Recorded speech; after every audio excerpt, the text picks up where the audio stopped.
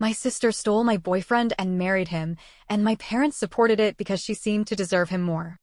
My sister is marrying my ex-boyfriend today, the same man I once planned to spend my life with. And my parents? They're the ones who pushed him toward her. I shouldn't have come. I knew that. But as I stood outside the church, hidden from view, I couldn't help but watch. The cheers, the celebration, the way my mother wiped away a tear of joy as my sister kissed the man I had loved. My sister, Lily, had always been the favorite. Everyone knew it, but no one ever said it out loud. Growing up, it was like the universe revolved around her. She was the golden child, the one my parents praised for every little thing she did. If she got an A on a test, they'd celebrate with a special dinner. If I got an A, well, of course you did. You always study. If she wanted something, my parents found a way to get it. A new dress, a car when she turned 16, expensive dance lessons. Meanwhile, I was expected to be understanding. You're the responsible one, they'd say. Lily needs more support. That's how it always was. She was delicate, special, deserving. And I was just, there. The reliable one. The one who didn't need attention. I told myself it didn't matter.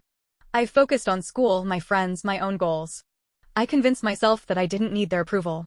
But deep down, I wished just once that they would look at me the way they looked at her.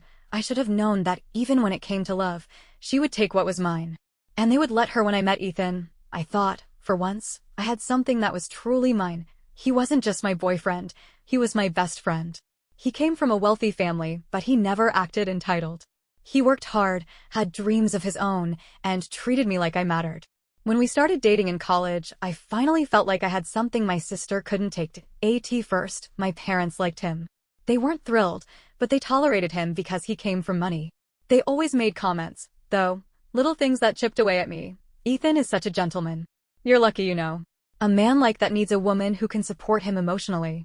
You're so focused on your career. Are you sure you're making enough time for him? I brushed it off. I thought they were just being overbearing. But then, Lily started to change around him. She had always been jealous of me in small ways. My grades, my independence, the way I didn't need our parents' constant validation. But with Ethan, it was different. She would smile a little too much when he spoke, laugh too hard at his jokes, find excuses to be around when he visited. And my parents? Instead of shutting it down, they encouraged it. She and Ethan have so much in common, my mother once told me. Maybe more than you do. I should have seen it coming. I should have known that in my family, nothing was ever truly mine. It started with small things. Lily would casually mention Ethan in conversations, always making it seem harmless. Ethan and I were talking about that book you love, she'd say. Or, I ran into Ethan at the coffee shop today. We had the funniest conversation. At first, I ignored it. He was my boyfriend. I trusted him. I told myself she was just being friendly. But then, the comments from my parents started to shift. Lily and Ethan have such a natural connection, my mom mused one night. It's like they just understand each other. My dad, never one to take a direct interest in my relationships, suddenly had opinions. Ethan needs someone who really compliments him. You're so independent, but a man like that might need more warmth. I laughed it off. What else could I do? The alternative, that my own family was planting the idea of Ethan leaving me, was too painful to consider. But Lily? She played the part perfectly. She wasn't obvious. She didn't try to steal him outright. Instead, she played the victim. I wish I had what you have, she sighed one night when we were alone. I always feel like I'm second best. You're the smart one, the responsible one. Mom and Dad love me, but I know they admire you more. It was such a lie. Such a manipulative, perfect lie, and I fell for it. I reassured her, told her she was amazing. And I never once considered that, in her mind, the only way to fix her second-best problem was to take the one thing I had that she didn't. Ethan. The first real warning sign came when Ethan started pulling away. AT first, it was small things. Missed calls, shorter replies, long pauses in conversations that never used to be there. I'd ask if something was wrong, and he'd shake his head with a tired smile. Just work stress, he'd say. I've been busy. But it kept happening. Dinners were cancelled last minute. Weekend plans suddenly weren't possible. I started to feel like I was dating a ghost, someone who existed in my life but wasn't really there. And then, the excuses started getting too convenient. One Friday night, we had plans to go out. He bailed last minute, said he was exhausted and just wanted a quiet night at home. I tried to be understanding. But then, the next day, a mutual friend casually mentioned seeing him at a party with Lily. When I confronted him, he acted like it was nothing. It wasn't planned, he said. She was just there, and we talked for a while. You're overthinking things. That word. Overthinking, I'd heard it my whole life. From my parents when I told them Lily got special treatment. From Lily herself when I called out her jealousy. And now from Ethan. Like I was the problem. Like I was imagining things that weren't there. I wanted to believe him. I wanted to believe that I was just being insecure. But something inside me was screaming that I was right. Then, one night, the truth came crashing down. I had been feeling so uneasy that I decided to go see Ethan unannounced. I told myself I wasn't checking up on him, I just missed him. But when I knocked on his apartment door, no one answered. I don't know why I didn't leave. Something told me to wait, and that's when I saw them, Ethan and Lily, walking up to the apartment together. Her hand was on his arm, and she was laughing at something he said. It was casual, comfortable, like they'd been doing this for weeks. Maybe months. I stepped out from where I had been standing, and Ethan froze. Lily didn't. She looked right at me, and instead of guilt, I saw something else. Satisfaction. I turned and left without saying a word. I didn't need an explanation. I already knew, but the worst part? My parents had known before I did. I went home that night, shaking with anger and heartbreak. My instinct was to talk to my mom, to tell her everything. But when I walked into the house, she sighed like she had been expecting me. Sweetheart, she said, her voice filled with forced sympathy. I think it's time to accept that Ethan might not be the right person for you. I stared at her, confused. What are you talking about? My dad set down his newspaper and spoke without even looking at me. We had a talk with him. He's confused. He feels like he and Lily might have a stronger connection. I felt like the air had been sucked out of the room. You talked to him? My voice barely came out. My mother gave me a pitying look. We just want what's best for both of you. No, that wasn't true. They wanted what was best for Lily. I swallowed the lump in my throat. And you're okay with this? She reached for my hand, but I stepped back before she could touch me. Lily has been through so much, she said. She's struggled to find love. Maybe Ethan was meant to be with her instead. That was it. That was all they had to say. I felt like a fool. I had spent years trying to earn their approval, trying to prove that I was just as worthy as Lily. But in the end, it didn't matter. She would always come first. I turned and walked out of that house. Out of their lives, and none of them tried to stop me. Wish I could say that Ethan tried to fix things. That he at least felt guilty. But he didn't. A week after I caught them, he showed up at my apartment. I almost didn't open the door, but curiosity got the better of me. He stood there, hands in his pockets, looking more awkward than apologetic. I didn't mean for this to happen, he started. It just did. I stared at him, waiting for something more. An apology. An explanation. But he just sighed, rubbing his face like he was the one suffering. I didn't want to hurt you, he said finally.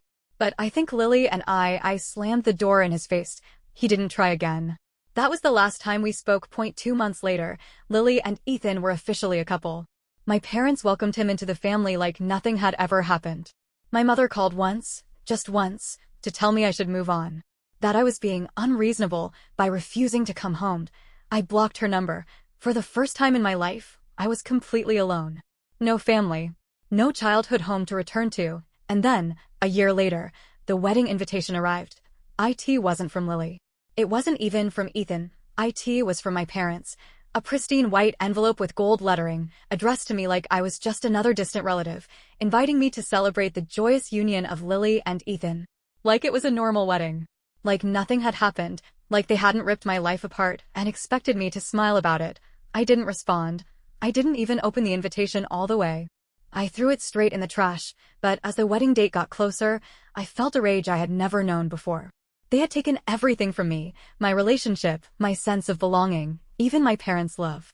And now they wanted me to celebrate it. The day of the wedding, I told myself I wouldn't think about it. But I couldn't help it. I imagined them standing at the altar, my parents crying tears of joy, my mother squeezing Ethan's hands like he was her son now. I did something I shouldn't have. I went to the church, not to go inside. Not to stop the wedding. I just needed to see it with my own eyes. I stood outside, hidden from view, watching as guests arrived in beautiful dresses and expensive suits. I heard the sound of laughter, of music, of celebration. And then, the doors opened. Lily and Ethan stepped out, hand in hand, smiling at the crowd as rice was thrown in the yard. My parents stood beside them, beaming with pride. And then, Lily saw me. Her smile didn't falter. She just looked at me, holding Ethan's hand even tighter, like she had won some grand prize. I turned around and walked away, without saying a word. I would never see them again after that day. I made a promise to myself. I was done. Done trying to understand. Done hoping they would regret what they did. Done caring. I cut them off completely. I changed my number. Moved to a new apartment. Blocked them all on social media. I erased them from my life the way they had erased me from theirs, and for a while it worked. But then, a few months after the wedding, my parents showed up at my doorstep. I opened the door to find my mother standing there, my father just a step behind her. They looked older than I remembered, but the entitlement in their eyes was the same. "You've made your point," my mother said, sighing like she was the victim in all of this. "But it's time to stop being so dramatic." I almost laughed. Dramatic. That's what she thought this was. "We're still family," she continued. "And Lily, stop," I said, gripping the doorframe. "Don't say her name.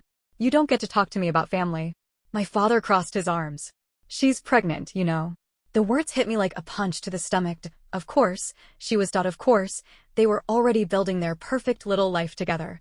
I swallowed down the lump in my throat. "Good for her," I said coldly. My mother frowned. "Aren't you tired of being alone?" she asked, like this was some teenage tantrum I was throwing. "You're missing out on so much. We want you back in our lives." No apology. No acknowledgement of what they had done. Just come back and pretend none of it happened. I took a deep breath. "You made your choice," I said. "You chose Lily. You chose Ethan. And I chose to walk away." My mother's expression hardened. "We didn't choose anything. You're the one who left." I stared at her, feeling an eerie calm settle over me. "You stood by while your daughter stole my boyfriend. You encouraged it. You let it happen. And now, you want me to come back like it was nothing?"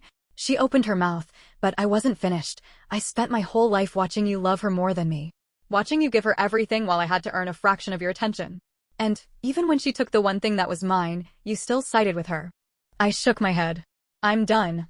I stepped back and closed the door in their faces, and this time, they didn't come back. That was the last time I ever saw them. They didn't try again. No more visits. No more phone calls. Just silence.